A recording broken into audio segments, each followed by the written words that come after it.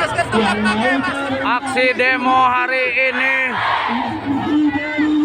di Kabupaten Serang, tepatnya di PT PWI 1.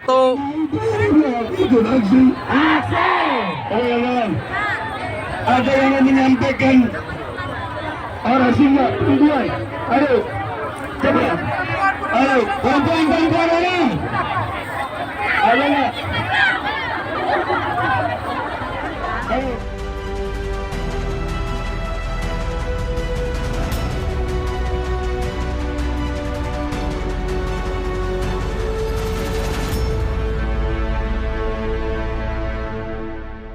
Assalamualaikum warahmatullahi wabarakatuh. Kembali berjumpa dengan saya Haris Buno Arif dari Forum News Network. Hari ini sesuai dengan janjinya, jutaan buruh di berbagai kota di Indonesia melakukan aksi unjuk rasa menolak Omnibus Law.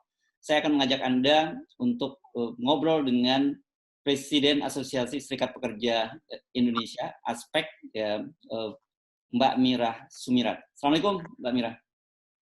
Waalaikumsalam warahmatullahi wabarakatuh, Bang Hatsuno. Gimana situasi di lapangan, seperti apa yang Anda pantau? Ini kan tidak hanya terjadi di Jakarta saja, di kota-kota mana saja berlangsung hari ini aksinya? Ya, aksi berlangsung di Aceh, ya, karena kami juga punya anggota di sana, kemudian di beberapa daerah di Sumatera, kemudian di Jawa Timur, kemudian di Serang, Banten, kemudian di Jabodetabek. Itu kebanyakan sih memang di kawasan-kawasan industri. Ya. Kemudian ya, lanjut. Gitu, Bang. Ya, di Bandung juga ya? Ya, di Bandung juga ya, di Bandung. Itu ya, di Bandung Barat. Jadi prediksi Anda dari laporan-laporan berbagai daerah ini berapa massa buruh yang turun hari ini? Ya, kurang lebih 50-an ribu orang. Lebih daripada 50.000 orang. Ini yang aspek saja ya, yang di bawah Anda ya? Campur Bang, campur. Oh, jadi dari target 2 juta itu hanya sekitar 50.000 hari ini yang turun? Karena memang kan target 2 juta itu kan dari gabungan konfederasi yang lain ya, yang lain. Memang ada banyak contoh di aspek Indonesia. Ini kan kita ini sektor jasa ya. Nah, sektor jasa itu agak kesulitan gitu ya, untuk melakukan aksi gitu ya. Apalagi ini adalah aksi mogok nasional yang sebenarnya memang kami tidak di undang-undang itu tidak mengenal namanya mogok kerja nasional. Tetapi memang yang kita kenal adalah aksi unjuk rasa. Kita akan mengenal aksi mogok kerja itu pada saat gagalnya perundingan di level perusahaan.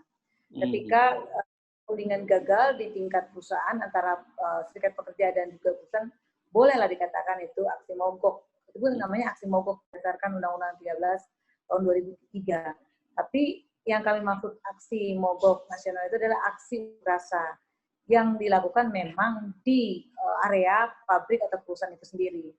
Nah, memang ini baru hari pertama, Bang. Hari pertama. Memang secara kasaran mata kurang lebih seperti itu.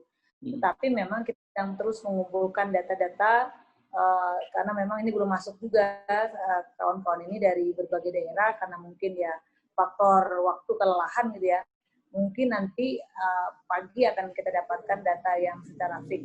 Tetapi memang kalau dikatakan dari Abang katanya 2 juta, memang itu memang secara data kertas kita punya anggota memang demikian gitu ya.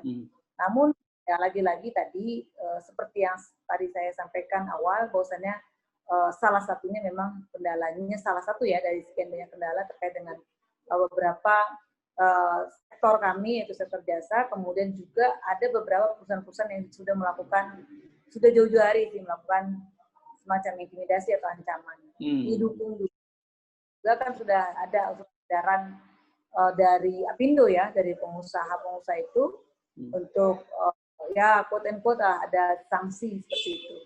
Ya, oke. Jadi ini tetap sesuai jadwal semula akan berlangsung sampai tanggal 8. Jadi selama 3 hari. Jadwalnya. Makanya ini kami sebenarnya ini kan mau rapat, pimpinan ini juga akan melakukan rapat evaluasi ya. Saya kira tapi untuk di hari pertama ini kami menyediakan kemungkinan besok malam itu kami akan mengevaluasi gerakan apakah nanti di tanggal 8 ada sebuah perubahan rencana gitu. Kita tunggu itu di tanggal 7-nya. Jadi memang sebenarnya sesuai jadwal yaitu tanggal 6, 7, 8 gitu. Ya.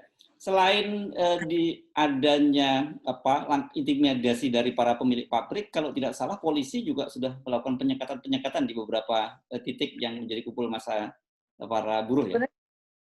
Ya, itu sebenarnya sudah dimulai di tanggal 5, Bang. Di tanggal 5 Oktober kemarin itu kita sudah secara resmi ya pemberitahuan kepada pihak kepolisian. Sudah kita secara organisasi, secara dokumen itu persyaratan ataupun apa namanya gitu, tetapi memang pihak kepolisian memang tidak mau tanda tangan gitu surat yang kami beritahukan tersebut.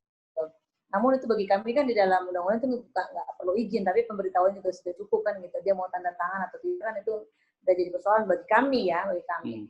Tapi kemarin itu seharusnya kita aksi pusatnya itu di DPR RI gitu ya, tetapi hanya kami yang di beberapa kawan-kawan yang di luar daripada Bekasi gitu ya, itu sudah merapat, banyak yang diusir-usir kan, banyak yang diusir, kemudian banyak ada juga yang kejadian itu dimasukin ke mobil tahanan gitu sempat, tapi nggak ada apa-apa. Dikasih semacam gitu, kemudian diantarkan ke stasiun terdekat.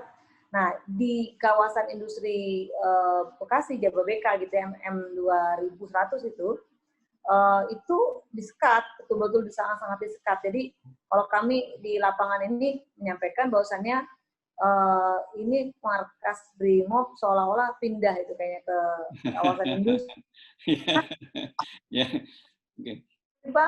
Banyakan tentaranya, banyakan aparat kepolisiannya daripada ininya. Gitu. Daripada buruhnya? Nah, buruhnya sih banyak sebenarnya, cuman kan buruh kan tidak bersenjata kan, kita juga. Sedangkan bersenjata, kita juga mikir lah. Kita kan bukan mau perang kan, bukan baru atau berkelahi gitu ya dengan aparat apalagi, enggak lah, kita juga tahu diri kita hanya punya niat untuk melakukan aksi unjuk rasa yang memang sah diatur dalam undang-undang gitu Bang. Ya, tapi kalau dari laporan-laporan yang ada katanya sudah mulai terjadi bentrokan nih, aparat mulai bertindak represif terhadap para buruh nih. Anda mendapat laporan serupa? Ya, saya dapat laporan. Nah, ini sedang lagi dicek secara rinci gitu ya. Itu hanya di beberapa kami mendapatkan informasi berupa video dan juga keterangan, tetapi kami tidak bisa mendapatkan laporan secara detail karena memang situasinya sepertinya tidak memungkinkan gitu ya, karena memang kacau gitu. Tetapi mudah-mudahan ini ada beberapa kawan-kawan kami yang sedang terus mendapatkan informasi secara clear gitu. Yeah. Kalaupun kan saya kira hal gimana ya, saya ngomongnya gitu ya. Jadi ini kan izin ininya aksi unjuk rasa kan kami memutuskan untuk dari jam 8 kalau tidak salah jam 7 gitu ya sampai jam 18 gitu ya. Itu kalau itu juga itu di luar daripada instruksi kami. Ya. Jadi yang terjadi kalau nggak salah ini yang saya dapat video-videonya dari Serang, dari Banten, dari Bandung dan sebagainya, terjadi cukup seru juga nih kelihatannya aksi di lapangan ini. Tapi gambar-gambarnya sudah mulai malam hari ya kelihatannya. Sudah malam hari. Saya kira makanya saya bilang sepertinya mungkin ini dugaan saya aja. Ya. Ini dugaan saya mungkin karena sudah melewati jam kan biasanya begitu tuh. Tapi tadi siang itu masih belum ada bentrokan gitu ya.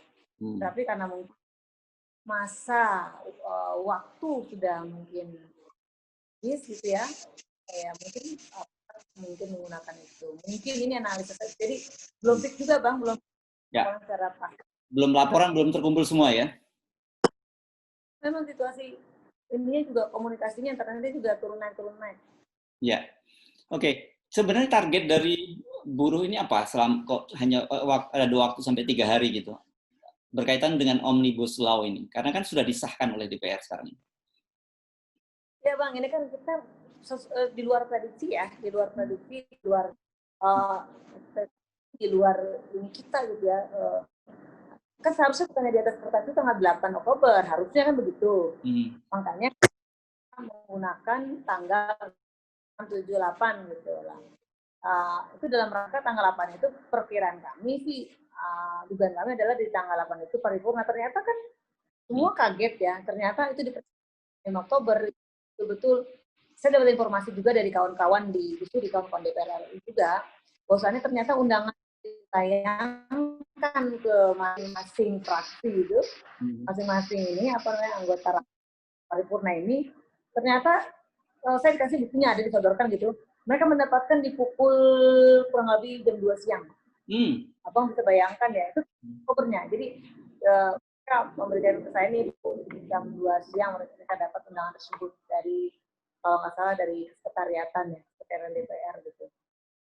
Kemudian untuk melakukan atau melaksanakan rapat paripurna. Artinya banyak, makanya kenapa absensinya anggota DPR itu kurang lebih 200 orang kan nggak hadir tuh. Nggak hadir di paripurna. Ada pandemi jadi alasan untuk mereka menyatakan untuk pakai Zoom dan sebagainya. Sesungguhnya itu mereka nggak tahu. Artinya ini memang betul-betul di luar prediksi, masuk anggota DPR itu juga banyak yang tidak mengetahui ini tanggal 5 gitu loh. Ya, jadi memang ini kelihatan sekali bagaimana apapun caranya harus disahkan gitu ya, walaupun dengan kucing-kucingan seperti itu ya. Saya nggak ngerti ya. Inilah yang membuat kami, saya mewakili para pekerja buruh Indonesia ini sedih luar biasa ya. Sedihnya gitu Bang, di situasi pandemi COVID-19 ini seharusnya kan pemerintah bersama DPR ini fokus bagaimana penanganan COVID-19 ini yang katanya, bukan katanya lagi sesuai dengan data, makin meningkat jumlah terpapar ini. Gitu.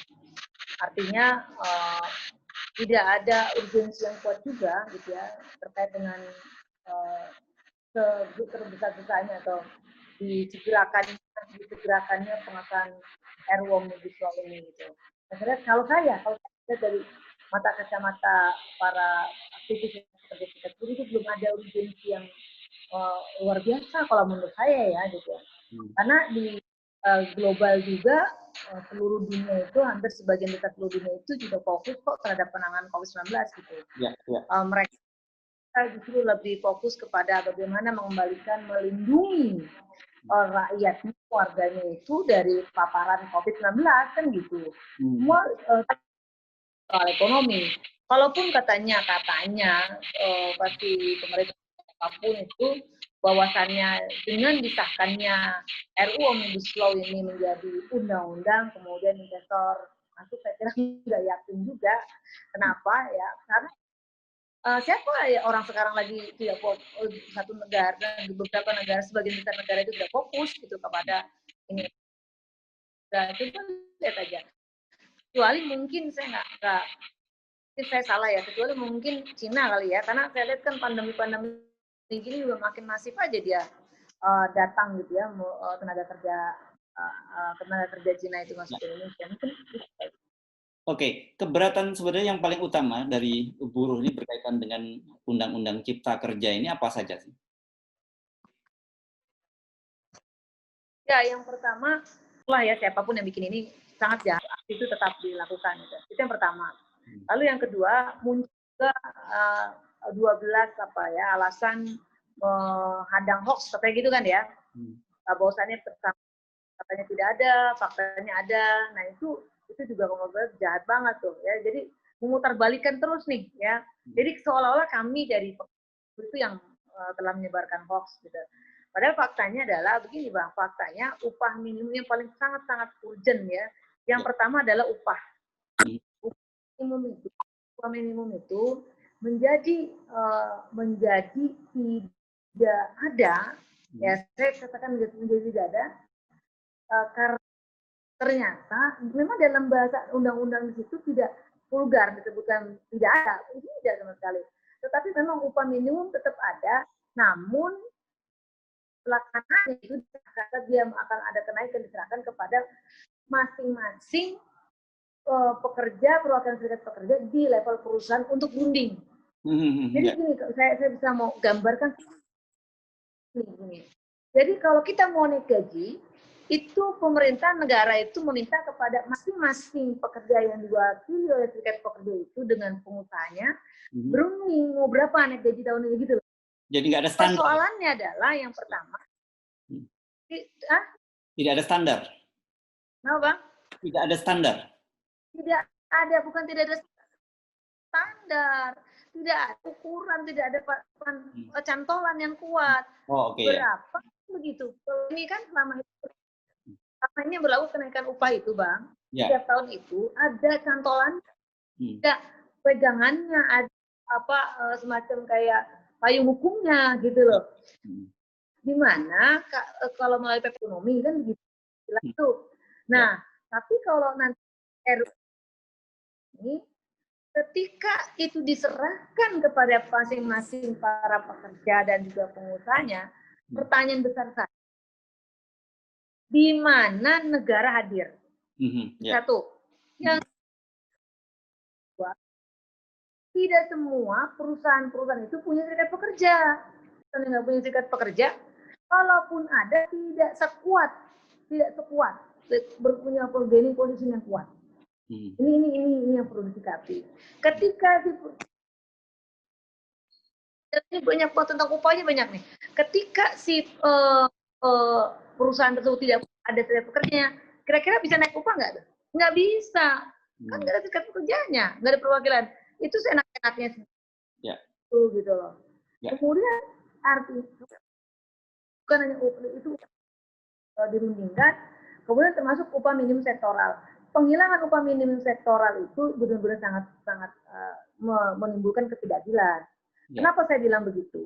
Begini, sektor vital seperti otomotif misalnya, pertambangan gitu ya, ini samakan upahnya dengan misalnya sektor-sektor perusahaan misalnya membuat kerupuk gitu. Ini saya nggak mengecilkan orang-orang yang punya kompetensi itu yang, tapi sama-sama sektor unggulan otomotif pertama itu memberikan masukan APBN kepada negara terbesar loh.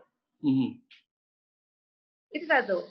Yang kedua mereka itu punya kompetensi yang berbeda tentunya, dan itu hal yang sangat wajar kalau ada namanya upah minimum sektoral. Upah minimum sektoral itu gini, ada upah minimum provinsi yang UMP yang menjadi standar daripada kenaikan dari seluruh semua perusahaan, kemudian naik ketika tadi yang saya sampaikan sektor otomotif, sektor pertambangan gitu ya, dia akan memiliki yang namanya upah minimum sektoral gitu Bang. Dan itu mungkin naiknya sekitar 5 atau berapa persen gitu. Ini kita meniru Jepang katanya. Menurut Jepang yang katanya dibudayakan sosial dialog. Tapi perlu diingat, Jepang itu untuk menuju sosial dialog itu dia sudah bagus yang namanya jaminan sosialnya. Kemudian hubungan industrialnya juga sudah dibangun sedemikian rupa, sudah dikuatkan, dijaga sedemikian rupa sehingga muncul yang namanya sosial dialog terjalin atau terwujud di Jepang gitu lah. Di Indonesia banget perlu dicatat, itu sangat penting. Ketika para pekerja-pekerja Indonesia itu baru saja di depan teras perusahaan itu ngomongin, begini aja lagi ngobrol-ngobrol biasa sama kawan-kawannya, yuk kita diriin serikat pekerja yuk. Lalu dia terdengar dengan manajemen, dengan oknum manajemen, besokannya tuh anak kagak diperpanjang kontraknya, kalau karyawan tetap langsung ke PHK atau dimutasi. Itu yang kejadian di Indonesia tuh. Itu real, karena saya orang lapangan. Saya menemui kasus itu beribu-ribu kasus. Artinya banyak benar yang orang baru ngomong aja dia sudah di PHK. Baru ngomong mau mendirikan serikat pekerja. Itukah yang disebut namanya secara tentang hubungan industrial yang diharapkan secara harmonis? Kan enggak. Itu yang pertama Bang, tentang upah gitu ya. Lalu yang kedua, ada versi dari siapapun ini, saya nggak tahu kelompok mana ya, secara masif pagi ini sampai tadi malam ini saya barusan masih dapat, adalah uang pesangon akan hilang. Lalu kata kelompok ini, mereka bilang, yang pendukung nih, faktanya uang pesangon masih ada kok, tapi dia curang. Di situ tidak disebutkan, cuma masih ada kok gitu doang. Tapi versi kami itu, ketika uang pesangon jumlahnya dari 32, kemudian menjadi 25, Ya hilang dong. Pertama itu hilang namanya, bukan berkurang, itu hilang. Itu yang pertama. Yang kedua, ketika status pekerja kontrak seumur hidup, outsourcing seumur hidup ini dalam RUU tersebut, tetapi memang nggak ngomong seumur hidup, enggak. Bahasa undang-undang kan nggak begitu, ini kita bahasa mudahnya aja yang lapangan. Ya. Memang di dalam RUU tersebut bicaranya adalah pekerja kontrak waktu tertentu atau PKWT itu bisa diperbarui kontraknya secara terus-menerus. Artinya kan seumur hidup itu kalau kayak gitu. Masalahnya undang-undang sebelumnya ada batasan, Bang. Ketika pekerja kontrak itu maksimal itu hanya 2-3 tahun saja, dan dia kemudian bisa diangkat menjadi karyawan tetap atau tidak, kan gitu. Dan ada lagi catatan, adapun kontrak-kontrak adapun pekerjaan-pekerjaan yang bisa dikontrak itu adalah ada persyaratannya. Jadi nggak pekerjaan inti itu nggak bisa dikontrak, nggak bisa dijadikan kontrak. Ya. Dan outsourcing pun batasannya hanya 5 jenis. Kemudian juga tidak bisa dia terus-terusan outsourcing gitu loh. Artinya dia bisa menjadi karyawan tetap juga, punya status karyawan tetap di perusahaan yang pengerat tenaga kerja itu. Itu yang terjadi sekarang. Tapi besok ini ketika ini sudah terjadi disahkan ini, dia nggak ada kayak gitu, Bang. Iya, ini dari status ya. Itu masih banyak lagi tuh, Bang. Ya, jadi kira yang dibayangkan oleh teman-teman buruh ini ketika nanti undang-undang ini berlangsung, seperti apa situasi para buruh ini? Nasib para buruh lah yang lebih mudah. Makin miskin, makin menderita udah. Kita udah betul-betul ngapain kita kerja? Kalau bicara kerja kita betul, oke lah, mereka punya semacam niat bahwasannya kita ada. Kalau soal kerja betul kerja, Bang. Kalau soal kerja betul kerja. Lalu pertanyaan besar saya, apa bedanya kerbo yang mengerjakan sawah itu dengan kita kalau seperti itu, kalau kerja doang? Tanpa ada yang namanya tanpa adanya penghidupan yang layak. Kan kita minta bekerja dan mendapatkan kehidupan yang layak. Kan itu amar konstitusi Undang-Undang Dasar, Bang, pasal 27 ayat 2. Artinya kita minta kita mendapatkan pekerjaan dan juga mendapatkan kehidupan yang layak bagi kemanusiaan. Nah, kalau bicara cuma penting anak-anak Indonesia dapat pekerjaan, tapi kalau dapat pekerjaan itu malah juga menyengsarakan, dalam tanda kutip dia tidak mendapatkan kenyamanan, dalam mendapatkan kesejahteraan, buat apa? Apalagi cuti haid itu tidak dibayar. Ya. Cuti melahirkan nggak dibayar. Tapi upah.